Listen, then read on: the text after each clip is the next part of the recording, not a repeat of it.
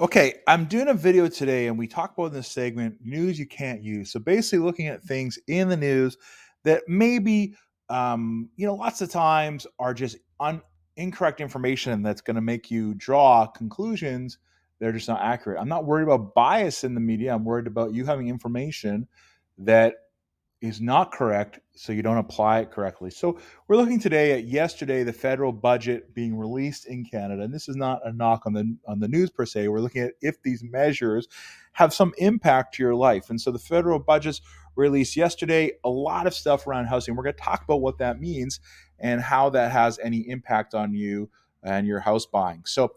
First thing here is the home buying help. And so the government introduced the idea where you'd have a $40,000 um, tax-free savings account, and all contributions and withdrawals made to the account would not be taxed.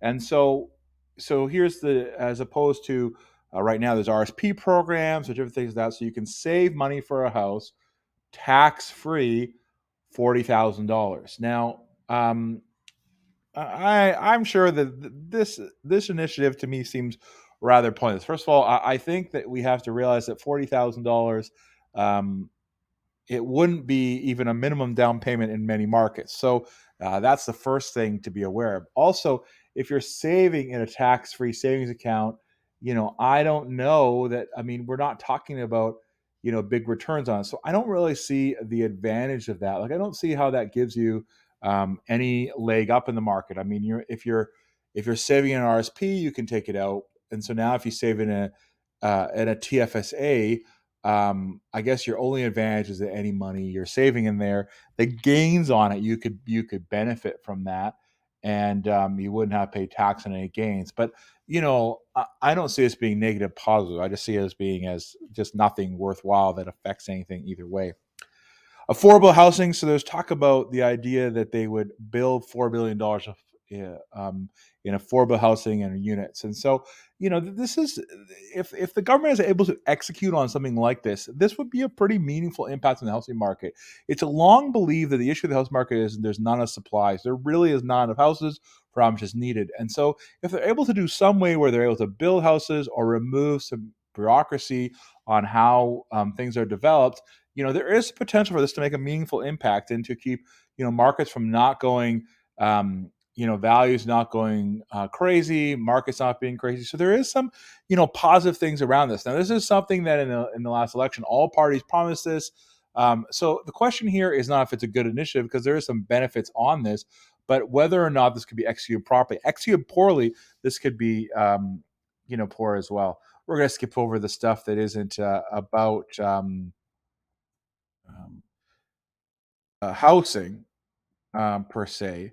But that is so that is interesting to be aware of. Now, in addition to these initiatives listed on this website, Canada did ban foreign home ownership for 2 years. So you will not, if you are not a resident of Canada, you will not be able to buy a home in Canada for 2 years. And so the feeling behind this is there's a sentiment in the market that there's often overseas investors that are storing their capital in Canada and inflating the market.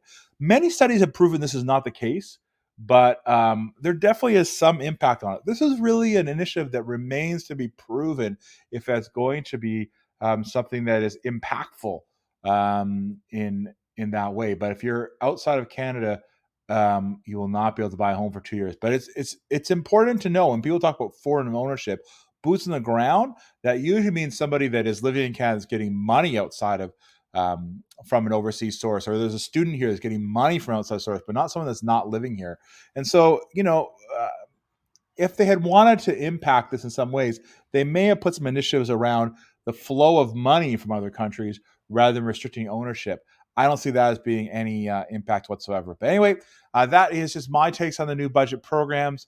If you'd like to discuss it, see how it affects you, or what or your particular situation, please do reach out to me. I'm happy to chat anytime.